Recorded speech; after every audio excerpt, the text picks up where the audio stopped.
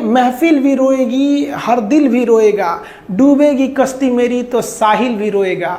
इतना प्यार बांटूंगा इस दुनिया में ऐ मेरे दोस्त कि मेरे मरने के बाद मेरे आशिक तो क्या मेरा कातिल भी रोएगा। और दुनिया में ना किसी भी समस्या है भाई, उसका सबसे अच्छा एक टोल फ्री नंबर है। दुनिया की कोई भी समस्या का सबसे टोल फ्री नंबर है दोस्त। एक बढ़िया दोस्त बनाओ भाई, 2-4 लोगों का, और उनसे ही आप पढ़ाई लिखाई हर तरह के डिस्कस करते रहो। दोस्त से बढ़िया टोल फ्री नंबर कोई नहीं है, हर चीज का इलाज है। और कुछ दोस्त जिंदगी में तो ऐसे बनाओ ना जो आपकी प्रॉब्लम को वैसे ही समझ जाए जैसे डॉक्टर की लिखावट मेडिकल स्टोर वाला पढ़ लेता है। और एक बात और, ये जो अच्छी किताबें होती हैं और अच्छे दोस्त होते हैं ना, जल्दी समझ में नहीं आते हैं, लेकिन इसलिए दोस्ती बहुत अच्छे सोच समझ के कीजिएगा। क्योंकि कहा जाता है कि एक आम 10 आम को सड़ा सकता है, लेकिन 10 अच्छा आम एक सड़े हुए आम को कभी ठीक नहीं कर सकते हैं। इसलिए अगर आपको कोई आपके सर्किल में, कोई आपके करियर में कोई बाधा आता है तो तुरंत बाहर कीजिए, उनसे कोई इग्नोर मत कीजिए। जिंदगी जो है ना वो एक एग्जाम की तरह है, और इस एग्जाम में ना ज्यादातर लोग फेल हो जा रहे हैं। क्यों फेल हो रहे हैं? क्योंकि वो एक दूसरे का नकल कर रहे हैं और उनको पता ही नहीं है कि सबका क्वेश्चन पेपर अलग है, इसीलिए फेल हो रहे हैं। तो जिंदगी में सबकी समस्याएं अलग होती हैं। आप दूसरे की समस्या से केवल साहस ले सकते हैं, उसका तरीका नहीं अपना सकते। हिम्मत बनाए रखिए कि नहीं, हमें भी इस सफलता को पाना है। और ये जिंदगी जो है ना एक अजीब सी रेस है यार, समझ में नहीं आता है। अगर तेज भागिएगा तो आपके अपने पीछे छूट जाएंगे, और धीमे दौड़िएगा तो आपके अपने ही आपको पीछे छोड़ के चले जाएंगे। इसलिए जिंदगी की रफ्तार इतनी बनाए रखो यार कि भले दुश्मन आगे निकल जाए लेकिन एक दोस्त पीछे नहीं छूटना चाहिए। अपने जिंदगी में हौसला बना के रखिए। पतंग को पता होता है कि उसका अंत एक कचड़े में जाकर होगा, लेकिन उससे पहले उसे आसमान छूकर दिखाना होता है। पहाड़ों को चीरते हुए जब नदी निकलती है ना तो कभी नहीं पूछती है कि समुंदर अभी कितना दूर है, और नदी में गिरने से तो कभी किसी की मौत नहीं होती है। मरता तो वही है जिसे तैरना नहीं आता है। तो हम सब परिस्थितियों के आगे हार जाते हैं, हम हार जाते हैं। परिस्थितियां सबके सामने होती है, जो डट के रहा उसे मंजिल मिली, और जो नहीं डटा वो हार के चला गया। जब हमारे पास परिस्थितियां आती हैं, हम घिर जाते हैं चारों ओर से, तो हम परिस्थितियों को दोष देने लगते हैं, न कि उस परिस्थितियों से निकलते हैं। कोई मस्जिद जाता है, कोई मंदिर जाता है, कभी सोचा है भगवान को कितना बुरा लगता होगा? सोचते होंगे कि बंदा केवल हमसे मांगने ही आता है। यार कभी मिलने भी आया करो। हमको तो लगता है किसी दिन भगवान निकल के बोलेंगे कि यार केवल तुम लोग हमसे मांगने ही आते हो, कभी मिलने भी आया करो। तो भगवान से या अल्लाह से सबसे एक दुआ मांगिए कि आप हमको मुसीबत देना है, आप दीजिए। आप जिस तरह से हमें खुशी देते हैं उसी तरह से हम आपके दिए गए दुखों को भी अपनाएंगे, लेकिन हाँ, उस दुख से लड़ने की हिम्मत भी जरूर दीजिएगा। और सबको अपने अपने कर्मों का पता होता है, यूं ही गंगा किनारे इतनी भीड़ नहीं लगी रहती। देखिए जिंदगी में आपसे भी कुछ गलतियां होंगी, और गलती किससे होती है? जो काम करता है, मेहनत करने वालों से ही तो गलतियां होती है। निकम्मों की तो पूरी जिंदगी निकल जाती है दूसरों में कमी ढूंढते ढूंढते। देखिए सफलता और असफलता में थोड़ा सा का अंतर है। सफलता आपका परिचय दुनिया के सामने कराएगी, और असफलता दुनिया का परिचय आपसे करा देगी। इसलिए सफल जरूर होइए। देखिए 97% लोग जो है ना वो थक के किसी काम को छोड़ देते हैं, और जिंदगी भर उन 3% लोगों के लिए काम करने लगते हैं जो कभी भी हार नहीं मानते हैं। मेहनत बता देता है कि परिणाम कैसे मिलेगा, वरना परिणाम तो बताता ही है कि आपका मेहनत कैसा था। कुछ लोगों को लगता है कि उनके पिताजी बहुत पहुंच वाले हैं, दादाजी बहुत पहुंच वाले हैं, तो उनकी बदौलत हमें कोई काम मिल जाएगा, कोई जॉब मिल जाएगा। तो कोई ये बहुत बड़ी बात नहीं है। पहचान से मिला काम बहुत देर तक नहीं रहती है, लेकिन काम से मिलने वाली पहचान आजीवन रहती है। हम स्टूडेंट्स को कहना चाहेंगे, आजकल स्टूडेंट्स को पता नहीं क्या हो गया है ना, सोचना वो लड़की के पीछे पगलाया है, कहता है कि लव हो गया। भाई दुनिया में लव नहीं होता है किसी से, ये एक अट्रैक्शन है सबको। मान लीजिए मेल है तो उसे फीमेल से होगा, फीमेल से है तो उसे मेल से होगा। तो कोई कैसे कहेगा कि हम तुम्हारी ओर अट्रैक्ट हो रहे हैं? तो उसको छुपाने के लिए कहता है हमको लव हो गया। भैया लव अब नहीं हो गया। अगर आपसे कोई कहता है ना कि आपको वो आपसे ट्रू लव करता है, तो उससे कहिएगा कि हमको अभी मेरा किडनी खराब हो गया, 1 लाख रुपए की जरूरत है, नहीं देगा। लेकिन आप अपने माता पिता से कहिएगा कि हमको 1 लाख की जरूरत है, और रियल में भी अगर हो जाएगा तो वो अपना शरीर बेच देंगे आपके लिए, लेकिन वो नहीं बेचेंगे। ये होता है लव। लेकिन लोग अट्रैक्शन को लव कहते हैं, उसके लिए पूरी जिंदगी बर्बाद कर देते हैं। ये सब बाबू गलत चीज है। जो आप अपना देखिए, आप अपना करियर छोड़ के अगर इस सब चीज में जाइएगा तो पूरी लाइफ बर्बाद हो जाएगी।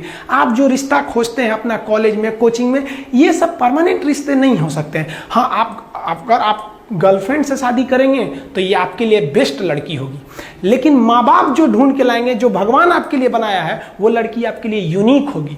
If you will best you will number one, and if you will unique you will only one. तो याद रखिएगा, जो भगवान आपको बना के जोड़ता है ना, वो रिश्ता सबसे अच्छा होता है। अपने माँ बाप को देखिए ना, क्या झगड़े नहीं हुए, लेकिन आज भी वो लोग एक साथ रहते हैं। लेकिन फिर भी आप देखिए आजकल के जो वेस्टर्न कल्चर आ गया, क्या वेस्टर्न कल्चर हो गया समझ में नहीं आता है। प्यार और छोहाड़ा, इसकी जिंदगी ना 1 साल होती है, 1 साल में ही खराब हो जाता है। ये वेस्टर्न कल्चर है, हमारी भारत की संस्कृति नहीं है। हम गर्व करते हैं, हमें अहंकार है, हमें गुरूर है अपने भारत की संस्कृति पर, जहां एक छोटी सी बच्ची भी गुड़िया खरीदती है ना तो उसके लिए दुपट्टा खरीदती है। और यार अगर आपको दिल लगाना ही है तो किताबों से लगाओ ना यार, बेवफा भी निकलेगी तो मुकद्दर बना के जाएगी। दिन ना सबके लिए 24 घंटा का होता है, ऐसा नहीं है कि आपको अलग से वक्त मिलेगा, लेकिन इसी 24 घंटे में किसी को प्यार करके पति बनने का शौक है तो किसी को मेहनत करके करोड़पति बनने का शौक है। तो आप डिसाइड करिए आपको क्या बनना है, क्योंकि बरसों बाद जब लोग ये मिलेंगे ना आपसे तो ये नहीं पूछेंगे कि कितनी गर्लफ्रेंड है, लोग पूछेंगे कमाता कितना है, हैसियत कितनी है तुम्हारी। ये दुनिया का उसूल है कि लोग कभी भी आपसे खैरियत नहीं, आपकी हैसियत पूछते हैं। लोग एक दूसरे से वादा करते हैं कि तुम्हारा जिंदगी भर साथ निभाएंगे, कोई किसी का साथ नहीं निभाता है। लोग अर्थी और जनाजा भी ले जाते हैं ना 2 कदम, तो कंधे बदल बदल के ले जाते हैं, जबकि पता है कि आखिरी मुलाकात है। और लोग यहाँ कंधा बदल बदल के ले जा रहे हैं और लोग वादे कर रहे हैं कि जिंदगी भर साथ निभाएंगे, कोई साथ नहीं निभाता है। हम आप सब लड़का लड़की से कहना चाहेंगे कि अभी वक्त है, अभी सर झुका के पढ़ लीजिए। वादा है आपसे कि जिला में सबसे ऊंचा सर आपका होगा, लेकिन अगर अभी आप सोचिएगा आराम करने के लिए, पूरी जिंदगी आपको तकलीफ उठानी पड़ेगी। अगर आज आप किताबों के दीवाने हो गए ना तो कल दुनिया आपकी दीवानी हो जाएगी। किसी ड्रीम गर्ल के लिए ना अपने माँ बाप के ड्रीम को कभी नहीं छोड़ना चाहिए। आप लोग जो सोचते हैं ना इधर उधर, वो खुशी तो आप लोगों ने कभी देखा ही नहीं। कोई स्टूडेंट अभी तक खुशी नहीं देखा। हम आपको व्यक्तिगत बताते हैं। देखिए खुशी कब मिलेगी आपको, जिस दिन आपको जॉब मिलेगा ना, और जो पहली सैलरी मिलेगी वो भी नहीं खुशी है। जब आप अपनी पहली सैलरी ले जाके अपनी माँ के हाथों में देंगे ना तो आपकी आंखों में आंसू होगा। आप याद करेंगे कि जिस माँ की उंगलियों को पकड़कर हमने चलना सीखा, आज उसको हमने अपनी पहली कमाई दिया है। और जब कमाने लगेंगे ना तब समझ में आएगा कि लाखों रुपए की अहमियत कुछ नहीं है, वो 1 रुपए के आगे जब माँ स्कूल जाते वक्त दिया करती थी। और गौर से देखा करो अपने माँ बाप के आंखों में, ये वो आईने होते हैं जिसमें बच्चे कभी बूढ़े नहीं होते। देखिए जीवन में ना अपने अंदर से अहंकार बिल्कुल निकाल दीजिएगा। अहंकार बहुत ही खराब चीज है। कहते हैं कि अहंकार में इंसान को इंसान नहीं दिखता, छत पे चढ़ जाओ तो खुद का मकान नहीं दिखता। अहंकार नहीं करना चाहिए। छत को बहुत गुरूर था छत होने का, 1 मंजिल और बनी और छत फर्श हो गया। अहंकार कभी नहीं कीजिएगा। तूफान ज्यादा होती है तो कश्ती डूब जाती है, और घमंड ज्यादा हो जाती है तो हस्ती डूब जाती है। जिस दिन आपको घमंड होने लगे ना अपने आप के ऊपर कि हम बहुत बड़े हो गए हैं, हम बहुत पढ़ लिए हैं, हम बहुत सक्सेसफुल मैन हो गए, हम बहुत बड़े बिजनेसमैन, हम बहुत, मतलब जिस दिन आपको घमंड हो गया ना उस दिन आप शमशान घाट में जाके देखिएगा आपसे नायाब लोग, आपसे अच्छे अच्छे लोग वहां खाक बन गए।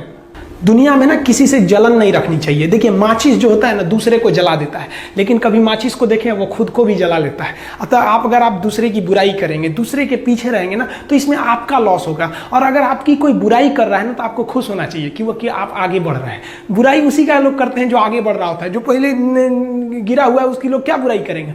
और जब भी आपकी कोई बुराई करे तो आप उसे सहज स्वीकार करें, और आप उसे प्रूव मत कीजिए कि हम ये नहीं हैं। हम लोग गलती क्या करते हैं स्टूडेंट लोग कि प्रूव करने लगते हैं। नहीं, आपको अपने आप को इंप्रूव करना है। अगर कोई गलती हो गई है, आपको कोई बुराई कर रहा है तो आप उसको सहज स्वीकार कीजिए। जिस दिन आपके अंदर अपनी बुराई सुनने की क्षमता आ गई, यकीन मानिए आप सफलता के दहलीज पे अपनी पहली कदम रख दिए उसी दिन।